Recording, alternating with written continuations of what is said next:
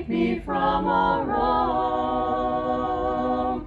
I'll be satisfied as long as I walk, dear Lord, close to Thee. Just a closer walk with Thee. Granted, Jesus is my plea. Daily walking close to Thee.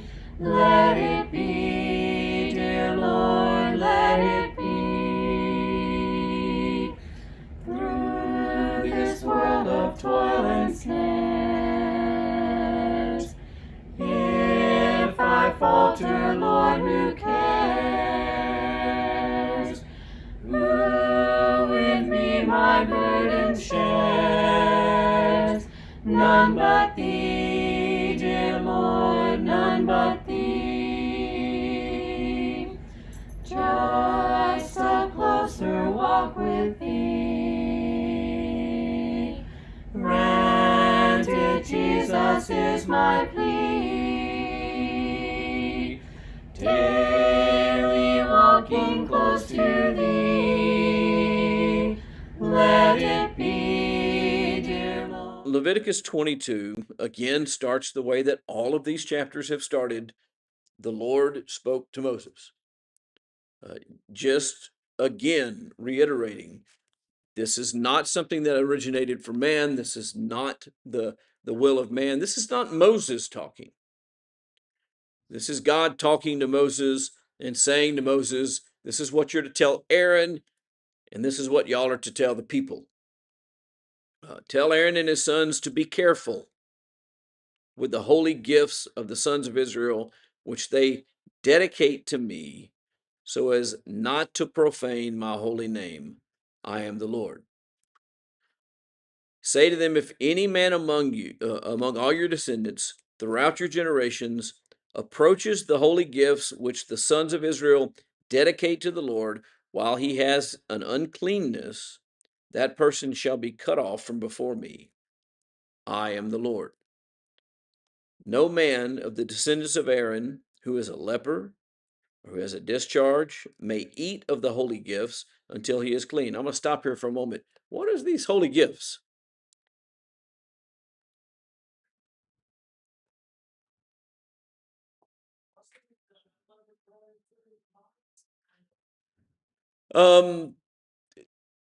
No, but I think you're in the right mindset. We're going to get a little bit further down, and I think it's going to become more clear. But this is talking about the sacrifices, um, with the exception of the sin sacrifice, in which everything was to be burned on the altar. The other sacrifices, um, the meat was to be consumed. Certain sacrifices, the priest was concerned consume the meat. Other sacrifices, the priest and the offerer were to consume it.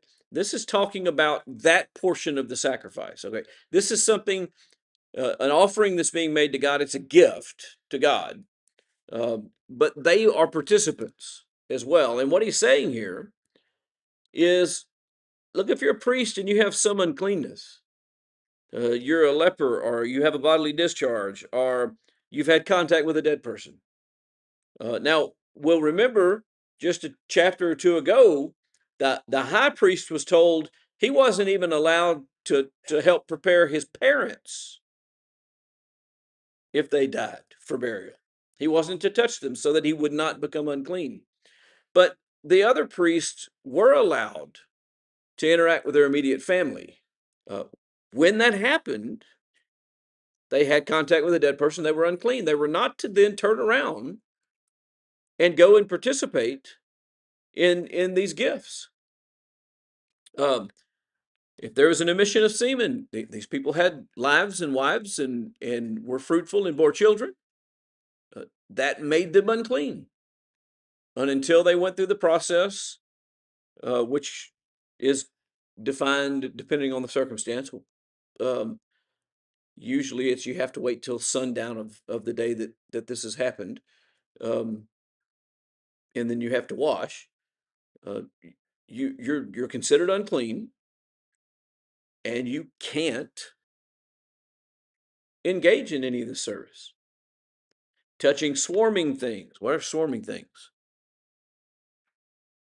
Insects. Contact with uncleanness from another person. So an unclean person, you have contact with an unclean person, now you're unclean. All right, you can't go and profane this gift of God's by participating in it. After sunset, he becomes clean. That's verse 7, by the way. When the sun sets, he shall be clean, and afterward he shall eat of the holy gifts, for it is his food. And so he couldn't eat of that portion of the sacrifice that was the priest to eat until after the sunset, and he was declared clean again, and then he could participate again. So these animals that die naturally, he goes on to talk about, don't eat them. You're going to be unclean by that. And again,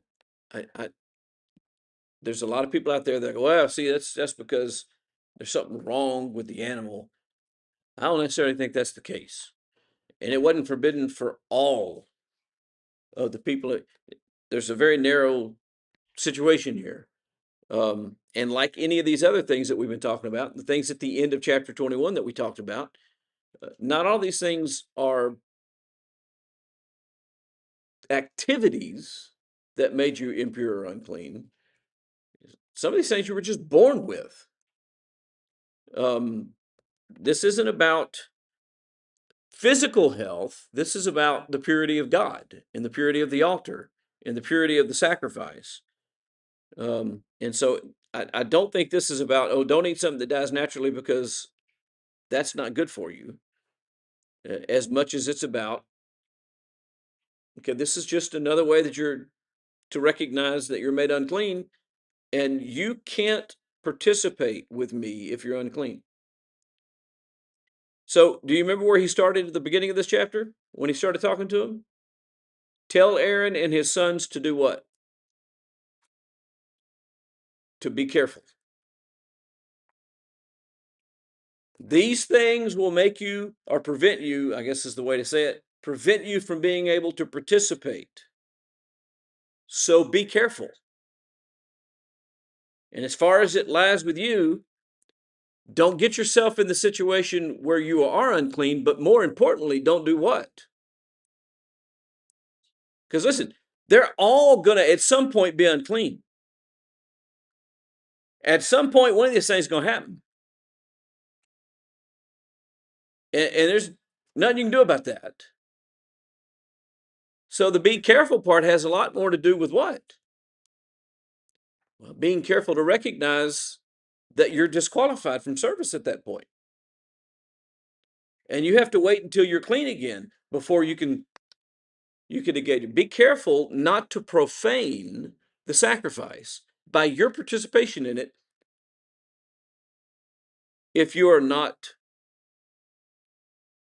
whole. Yes, sir. Do you see the equivalent to us today? Yeah, but not the one that people would immediately think.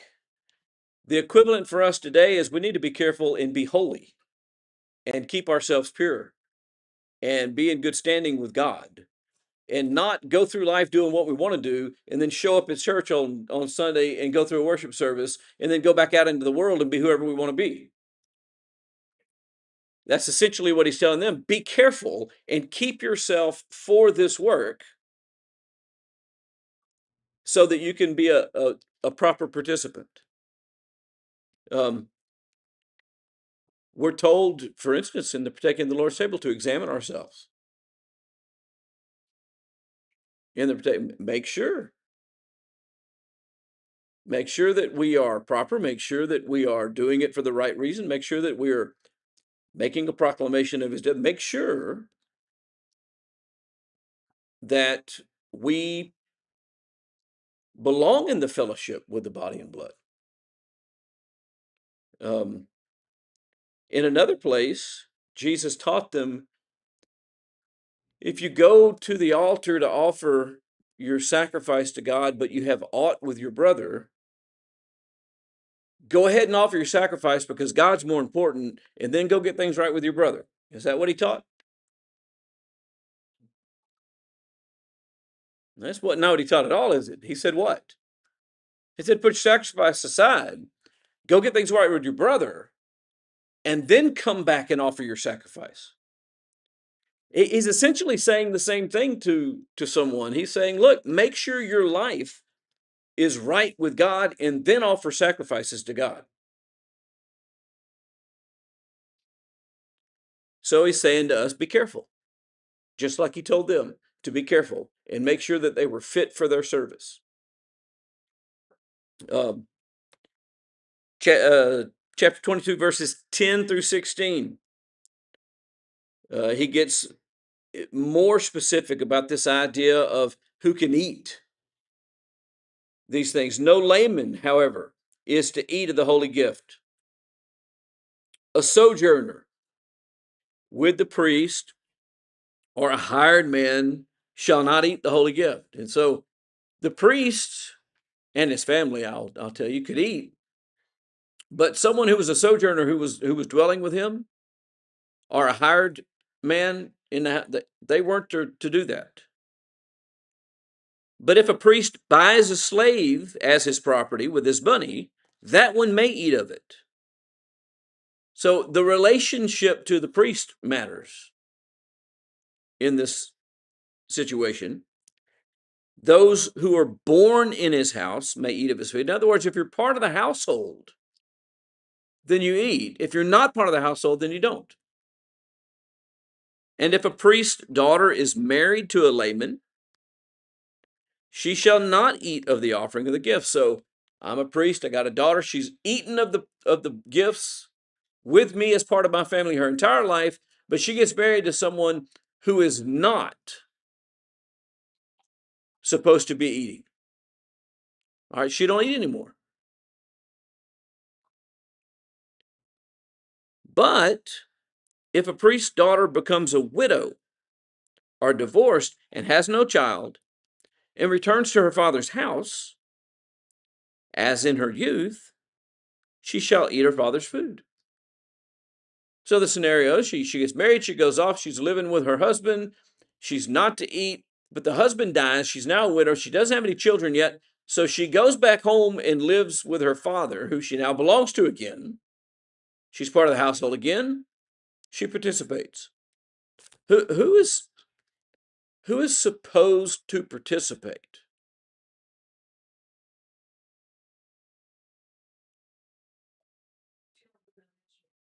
The family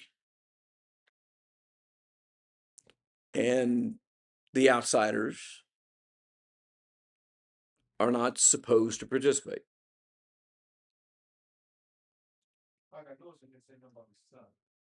No, because the son's a different scenario once they become of age.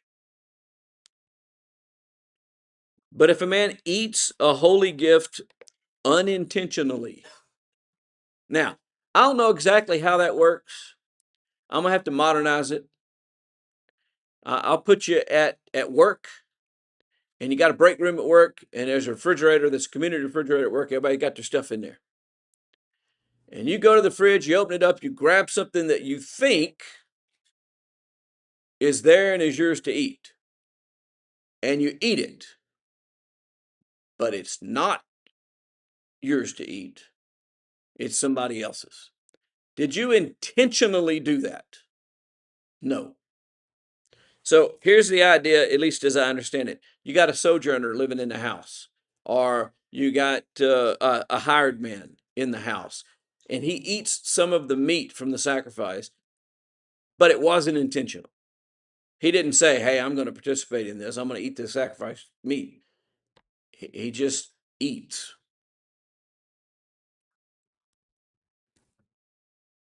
So unintended. Then he shall add to it a fifth of it and shall give the holy gift to the priest. What's he have to do? He has to make restitution. And with a slight punitive disciplinary penalty added. Add a fifth to it. What's that mean? 20%. So there's a 20% tax. He ate a pound of meat. He got to give back a pound and a fifth. And they shall not profane the holy gifts of the sons of Israel, which they offer to the Lord. And here's the key. Look at verse 16. And so cause them to bear punishment for guilt by eating their holy gifts, for I am the Lord who sanctifies them. God is the sanctifier of all of it. He is the sanctifier of the sanctuary, of the altar, of the sacrifice, of the people. And what he's saying is if you are not clean, or you're not the person who is supposed to be engaged in this thing, and you participate in it, you bear guilt for profaning things that I have sanctified. Holy things belong to the Lord. Now, here's the easiest application of it. Holy things belong to the Lord. So who gets to dictate what things are holy? The Lord. Who gets to dictate how those holy things are to be done? The Lord. Who gets to dictate what is not holy? The Lord. Who gets to dictate whether what is done is accepted or not accepted? The Lord. And if I start injecting myself into it, I profane the whole thing. Yes, sir. I was thinking something, then you added that last point. We give the Pharisees a hard time, which they deserve. Yeah, but sometimes we're just like them, so let's be fair. Because you can see that they was trying to go according to the left. But then that last part you said, I wasn't going to make a statement until you said that last part. But they started interjecting. Because we give them all the time, but they was just following what they was reading, and these laws are serious. To a degree, you're right. To a degree, that's exactly what they were doing. But what Jesus made clear in his teaching, especially as he engaged with them, is, for instance, when he told them you are straining at gnats and swallowing camels, he said you're missing the weightier matters. You're paying attention to the tithe, for instance. When you tithe mint and dill and cumin, all these things, tiny little seeds. When you tithe, you give the 10th part. So think of yourself as having a bowl of dill seed. What would it take to actually know that you have a 10th part of that bowl of dill seed? Nope, that ain't gonna cut it. You're gonna count those things. 1, 2, 3, 4, 5, 6, 7, 8, 9 for God. 9 for me, 1 for God. 1, 2, 3, 4, 5, 6, 7, 8, 9, 1 for God.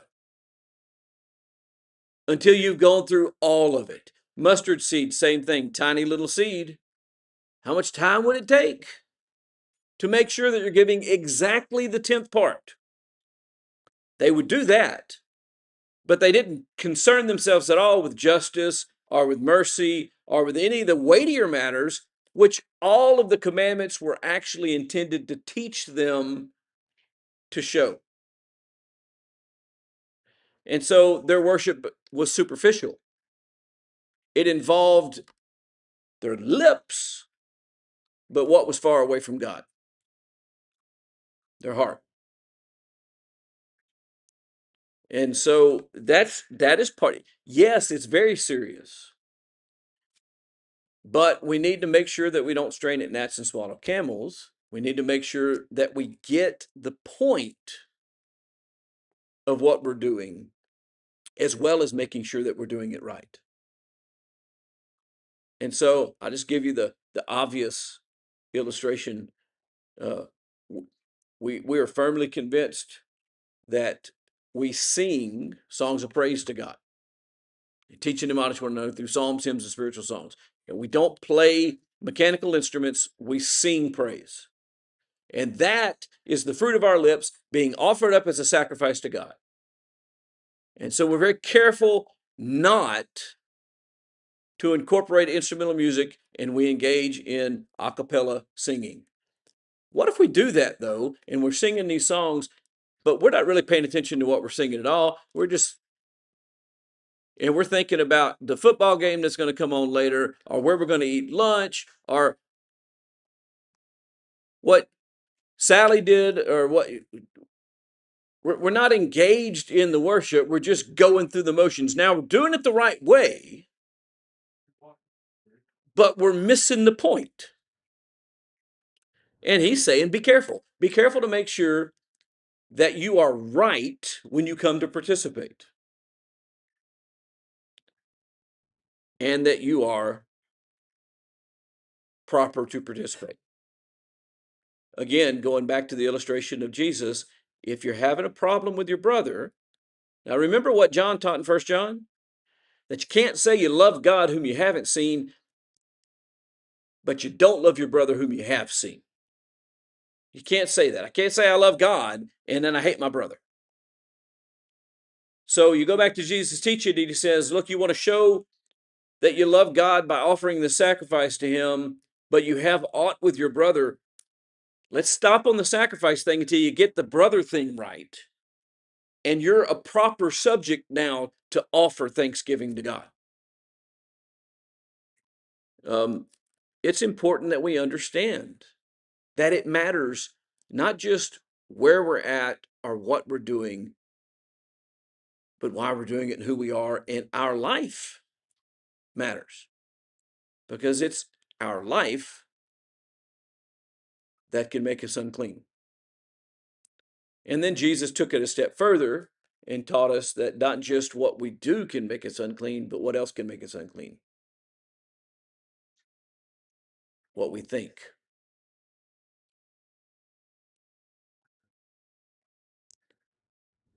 Yeah, it's wrong to commit adultery.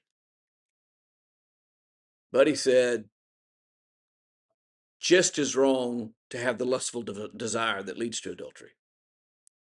So just because I stop myself from the adultery, if I'm not making right the lustful desire, well, my lips are giving service to God, but my heart's far from him. So it's more than just what we do, which the Pharisees were very careful about. It's also what we think and who we actually are. What makes a person the person that they are? Their body or their character?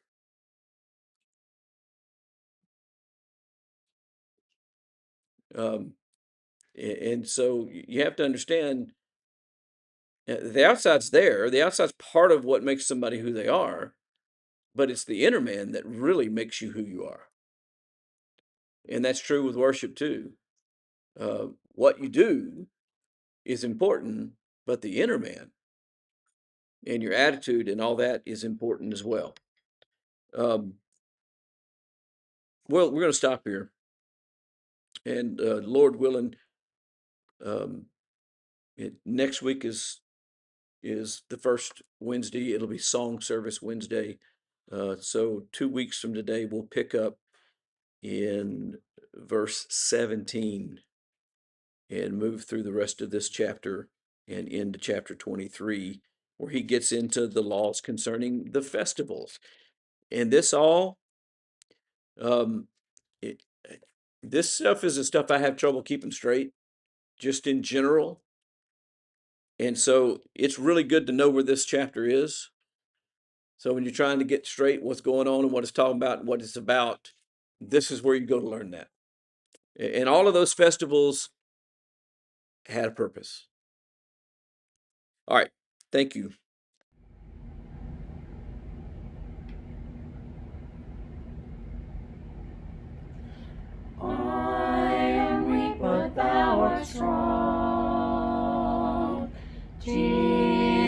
keep me from all wrong. I'll be satisfied as long as I walk, dear Lord, close to Thee. Just a closer walk with Thee. Grant it, Jesus, is my plea.